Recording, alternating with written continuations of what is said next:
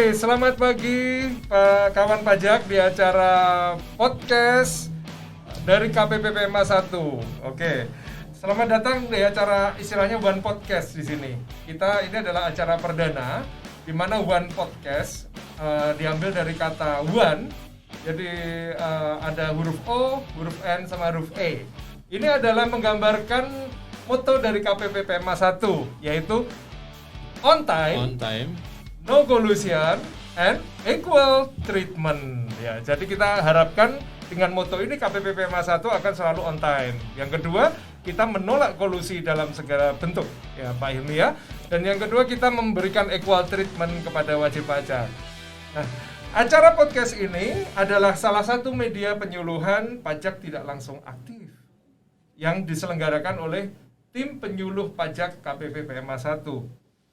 Nah, kawan pajak, perlu kami sampaikan juga bahwa tujuan podcast ini adalah untuk menjadi media informasi aturan-aturan perpajakan dan isu-isu perpajakan terkini, serta berbagai informasi bermanfaat lainnya. Untuk itu, tetap ikuti acara One Podcast yang akan mulai terselenggara mulai hari ini sampai dengan sesi-sesi berikutnya dengan beberapa episode yang menarik. Dan nanti ke depannya kita akan mungkin bisa bagi-bagi hadiah juga buat para kawan pajak. Oke.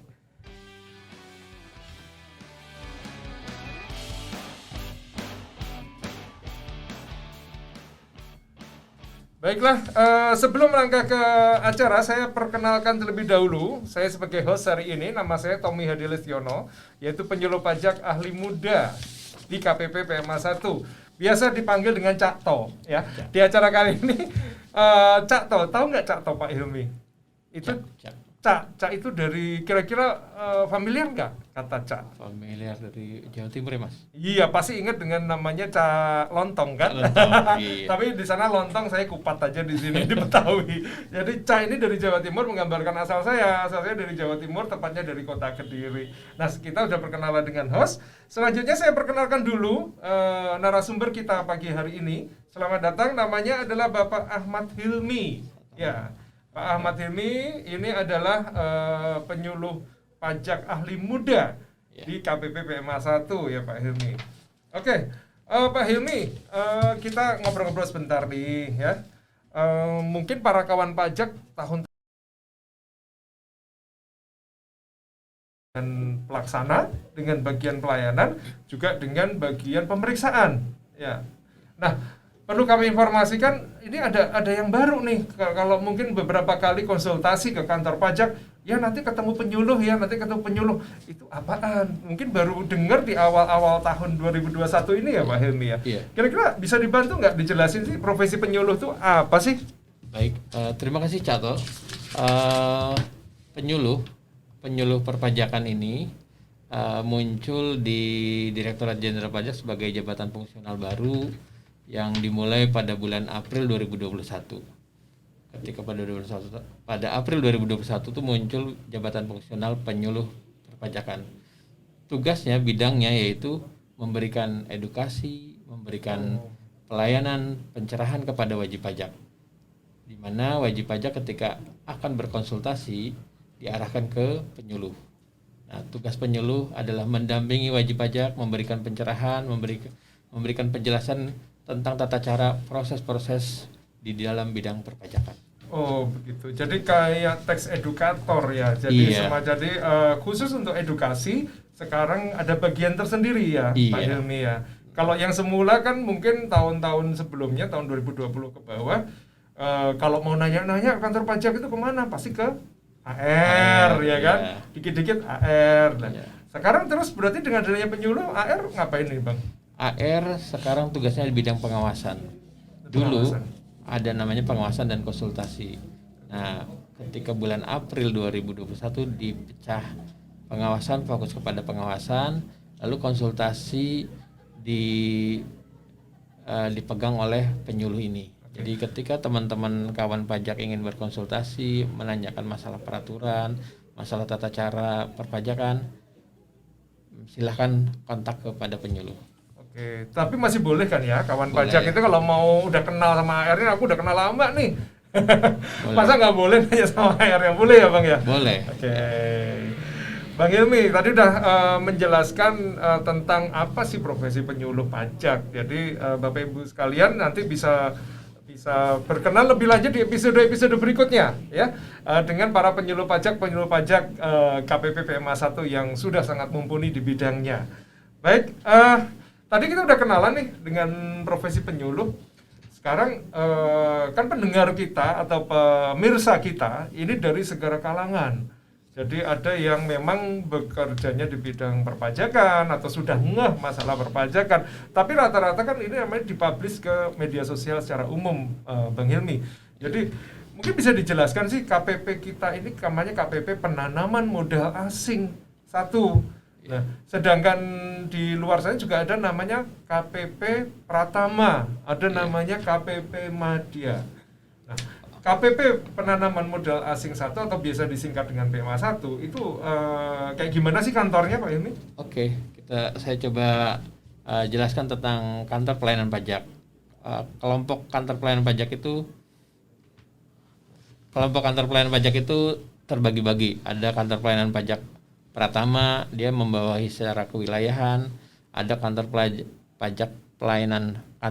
pajak Madya, dia membawahi yang kelas menengah yang terbaik itu di wilayahnya tersebut. Dan ada kantor pajak pelayanan khusus.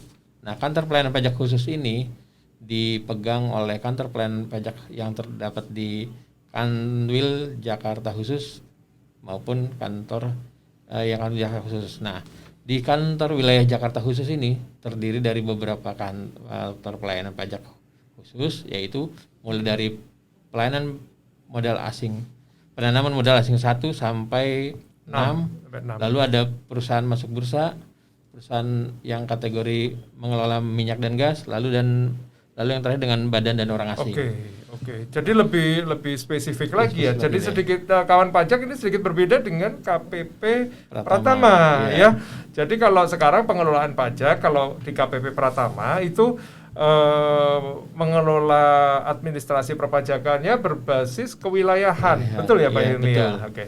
Jadi kalau di KPP Kanwil khusus berbasis dari jenis pajaknya atau clue ya. Nah, kalau untuk DPMA 1 menangani atau mengawasi clue apa yang dominan, Pak? Nah, untuk penanaman modal asing 1 ini dikategorikan kepada wajib pajak yang di bidang industri kimia dan farmasi.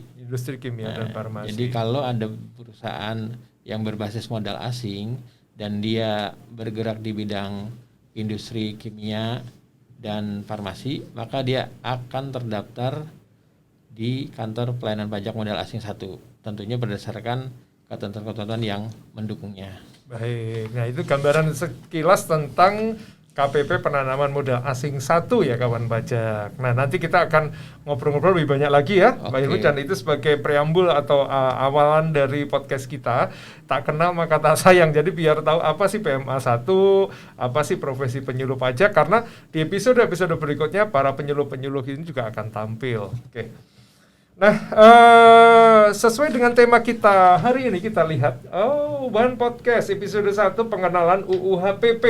UU HPP kepanjangannya adalah Undang-Undang Harmonisasi Peraturan Perpajakan kawan pajak. Nah, ini menjadi isu kita selama beberapa bulan terakhir ya, dan sangat hangat ya Bang Hilmi ya di media sosial. Nah, sebagaimana kita ketahui bahwa DPR dan pemerintah telah mengesahkan Undang-Undang Nomor 7 Tahun 2021 tentang harmonisasi peraturan perpajakan atau disingkat dengan Undang-Undang HPP. Mungkin Pak Hilmi bisa jelaskan secara singkat Pak, Undang-Undang HPP itu apa? Baik, kita akan coba mengenal dengan Undang-Undang Harmonisasi Peraturan Perpajakan. Penomorannya yaitu Undang-Undang Nomor 7 Tahun 2021, tanggal disahkannya itu 29 Oktober 2021. Nah, Undang-Undang Harmoni Peraturan Perpajakan, kalau dari secara nama ini ada harmonisasi peraturan perpajakan. Jadi ada beberapa peraturan perpajakan yang diharmonisasikan, diatur supaya sesuai gitu kan. Nah, di dalam Undang-Undang Harmonisasi Peraturan Perpajakan ini merupakan sebuah, kan sistem perpajakan itu merupakan sebuah bagian yang saling terkait satu sama lain ya Pak ya. Nah, di dalam Undang-Undang Harmonisasi Peraturan Perpajakan itu terdiri dari beberapa undang-undang perpajakan, yaitu ada undang-undang tentang PPH, ada undang-undang tentang KUP, Ketentuan Umum dan Tata Cara Perpajakan, ada undang-undang tentang PPN, lalu yang lainnya juga ada yang baru yaitu undang-undang tentang program pengungkapan sukarela. Berikutnya juga ini yang lagi rame ya. Lagi rame ya. Tapi ini dapat pengampunan lagi kan ya. Ya kita tepuk tangan dulu. Ya. Tepuk tangan untuk pemerintah kita dan para rakyat ya, semoga pada bisa ikut ya pengampunan sukarela. Nah, selain itu juga ada tentang pajak karbon. Nah, pajak karbon ini adalah hal yang baru di Indonesia. Nah, di situ di dalam Undang-Undang Harmonisasi Peraturan Perundangan itu dijelaskan juga tentang Undang-Undang Pajak Karbon ini. Lalu yang terakhir tentang perubahan Undang-Undang Cukai. Itu adalah beberapa peraturan-peraturan yang ada di dalam Undang-Undang Harmonisasi Perpajakan. Oke, cukup banyak juga ya Pak Hilmi ya. Berarti biasanya mungkin itu akan menjadi beberapa undang-undang dengan nomor sendiri-sendiri, dengan Undang-Undang HPP ini diharmonisasi supaya tidak tabrakan gitu kali ya. Betul. Oh, baik, terima kasih Pak Hilmi. Nah, yang berikutnya ini ada pertanyaan, apa sih sebenarnya urgensinya atau manfaatnya bagi masyarakat kita, Mas?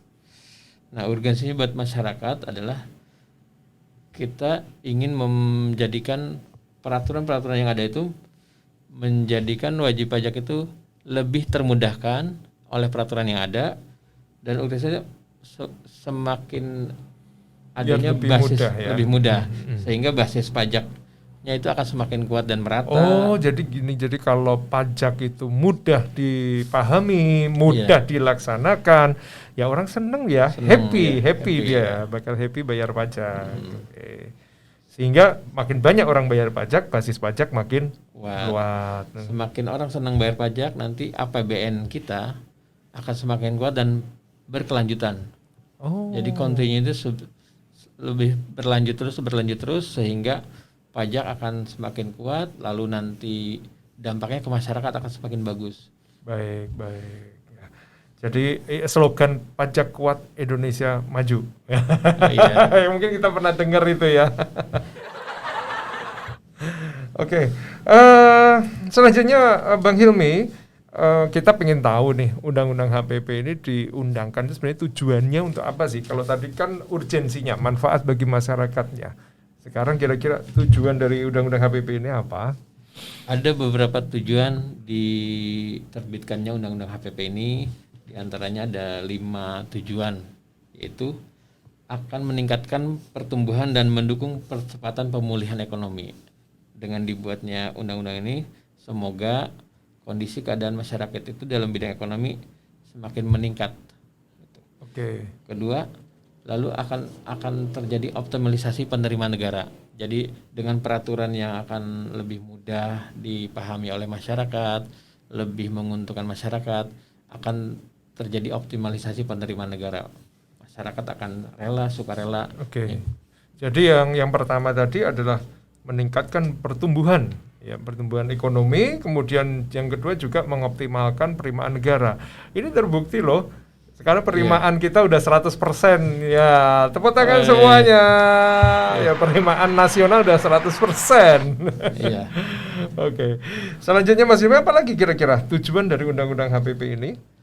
Nah, perpajakan itu kan terdiri dari beberapa sistem ya. Nah, dengan adanya Undang-Undang HPP ini, kita bisa mewujudkan sistem perpajakan yang berkeadilan dan berkepastian hukum. Karena masyarakat yang dibutuhkan adalah keadilan dan kepastian hukum. Maka dibuatlah Undang-Undang Harmonisasi Peraturan Perpajakan ini untuk mendukung ajas keadilan dan kepastian hukum buat masyarakat. Oke, jadi lebih adil, masyarakat lebih istilahnya kalau dulu ada istilah bayar pajak biar Anda tidur nyenyak. Iya, gitu. Jadi biar masyarakat bisa tidur nyenyak, kemudian besok paginya bisa lebih produktif lagi. Ya, lebih nyaman karena terasa adil di sini dengan Undang-Undang Harmonisasi Perpajakan. Betul begitu Bang Hilmi? Betul. Oke. Nah, ada lagi mungkin tujuan lain selain 3 tadi? Yang berikutnya tuh dengan dibuatnya Undang-Undang Harmonisasi Peraturan Perpajakan itu di sisi internal itu Ditjen Pajak bisa terus melakukan reformasi perpajakan. Nah, reformasi perpajakan itu terus berlanjut dimulai dari tahun 1983, terus karena masyarakat berubah, kondisi berubah. Nah, perubahan ini akan membentuk Ditjen Pajak itu untuk mereformasi diri terus menerus. Jadi, continuity. Karena ekonomi itu pasti berubah, apalagi di era pandemi ya. Yeah. Jadi ekonomi masyarakat yang sangat dinamis, ini berarti DJP harus ikut dinamis juga, menyesuaikan dengan kondisi ekonomi yang terjadi di lapangan, begitu Pak Hilmi ya. Oke. Dan terakhir, tujuan dibuatnya harmonisasi peraturan pajak ini adalah meningkatkan kepatuhan pajak sukarela. Jadi meningkatkan kepatuhan pajak sukarela. Okay. Jadi dihimbau dibuatkan peraturan supaya masyarakat dengan sukarela memberikan iurannya kepada negara, membayar pajak ini. Oh iya, seperti dengan kita waktu pertama-tama SMA kali ya, kita dikenakan dengan istilah pajak. Pajak adalah di pengantar hukum pajak itu, seingat saya. Ada yang ingat kawan pajak? Pajak itu apa sih? Ya definisinya apa? Masih ingat nggak? Terutama yang di mata kuliah pengantar hukum pajak ya.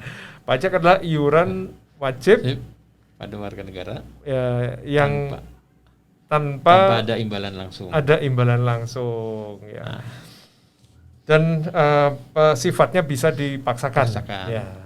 Baik, ada lagi mungkin tujuan dari Undang-Undang HPP 5 tadi ya. 5 tadi itu yang lumayan komprehensif. Oke. Dan baik, dan ini tujuan sudah kita bahas, urgensinya apa, manfaatnya sudah Undang-Undang HPP. Nah sekarang review aja Bang Hilmi, kira-kira nanti materi-materi lebih lanjutnya tim penyuluh akan menyampaikan di episode berikutnya. Oke. Kira-kira review sekilas perubahan-perubahan apakah yang ada di Undang-Undang HPP ini Bang Hilmi? Di dalam Undang-Undang HPP ini kita sebut klaster-klaster ya. Perubahan-perubahan di dalam klaster Undang-Undang PPH nanti akan berlaku pada tahun pajak 2022. Kalau dalam Undang-Undang PPN, klaster PPN berlakunya mulai 1 April 2022.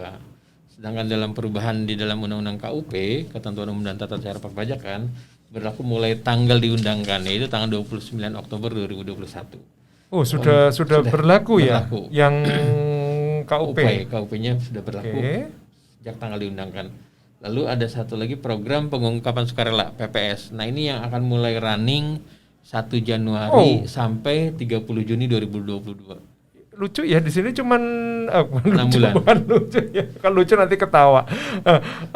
Unik ya, jadi nggak sampai setahun berlakunya ya. Istilahnya kalau di dunia itu dunia perdagangan ini ada masa promo. Masa promonya hanya berlaku pajak di 1 juga ada promonya sampai 30 Juni 2022. Iya, karena tadinya kita akan bisa ditetapkan pajak sekitar 30% ke atas dengan mengikuti program istilahnya PPS ya. Iya, program pengupahan sukarela ini bersekitar antara belasan persen saja. Jadi diskonnya sekitar 50%. Wow, nah ini kawan pajak jangan istilahnya sia-siakan ya. Iya, jadi momentum. Tinggal beberapa bulan lagi ini akan berlaku undang-undang yang PPS ya, per 1 Januari. Pengungkapan sukarela mulai 1 Januari sampai 30 Juni 2022. Juni saja, cuma 6 bulan diskon ya. Nggak kalah sama toko-toko pakaian ya. Terus yang perubahan yang berikutnya di pajak karbon. Pajak karbon tuh dimulai sejak 1 April 2022. Pajak karbon nanti dijelasin lah ya sama penyuluh tim penyuluh pajak yang lain nanti. Tren global. Di episode berikutnya ya. Maka ada muncul pajak karbon mengikuti tren global.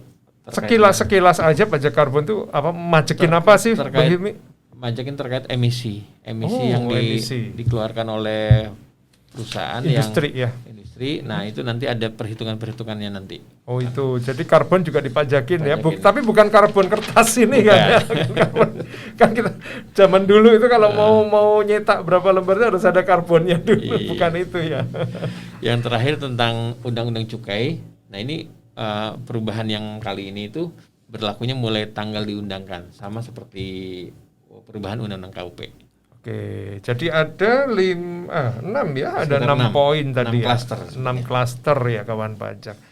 Baik kawan pajak, ini sekilas overview terkait dengan undang-undang HPP ya, terkait apalagi tadi ada beberapa poin yang bisa kita simpulkan di episode 1 ini. Yang pertama, apa itu KPPPMA 1, kemudian apa itu profesi penyuluh pajak, kemudian tujuan dari undang-undang HPP, kemudian manfaat dari undang-undang HPP, kemudian dan terakhir clustering dan poin-poin perubahannya apa saja. Nah, mengupas lebih dalam lagi akan dibahas di episode 2 Kawan Pajak, episode 2 Kawan Pajak terkait dengan pengenalan undang-undang HPP nanti akan dipandu oleh host kita yaitu Kak Sondang Romian Purba dengan narasumber Bapak Ali Muhammad Sofi'i. Jadi stay tune, akan kita ketemu lagi di episode 2 One Podcast yang akan membahas lanjutan dari pengenalan undang-undang HPP. Dan kami sampaikan para kawan pajak jika membutuhkan informasi bertanya terkait hal-hal perpajakan, KPPPMA 1 sudah menyediakan saluran-saluran antara lain bisa melalui portal DJP www.pajak.go.id. Yang kedua melalui phone call juga tersedia melalui kering pajak, nomornya berapa? 1-500-200. Atau bisa juga melalui DM, direct message ke akun-akun media sosial KPPPMA 1, yaitu di Twitter dengan @pajakpma1 atau melalui IG dengan alamat yang sama @pajakpma1.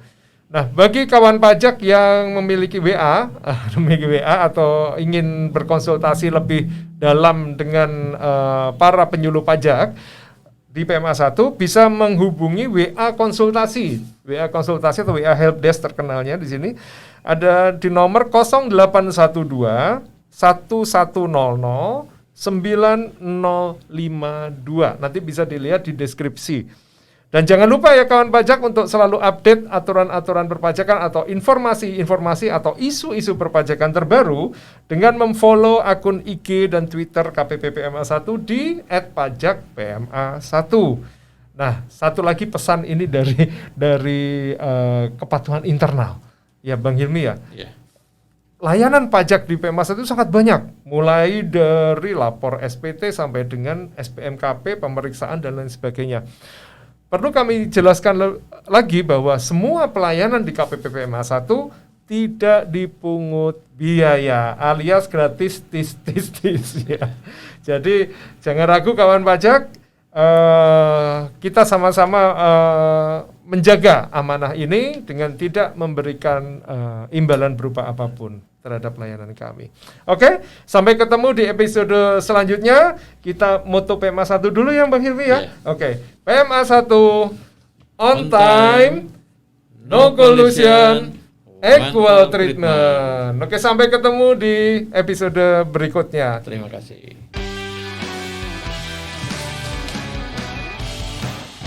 Thank you. Terima kasih.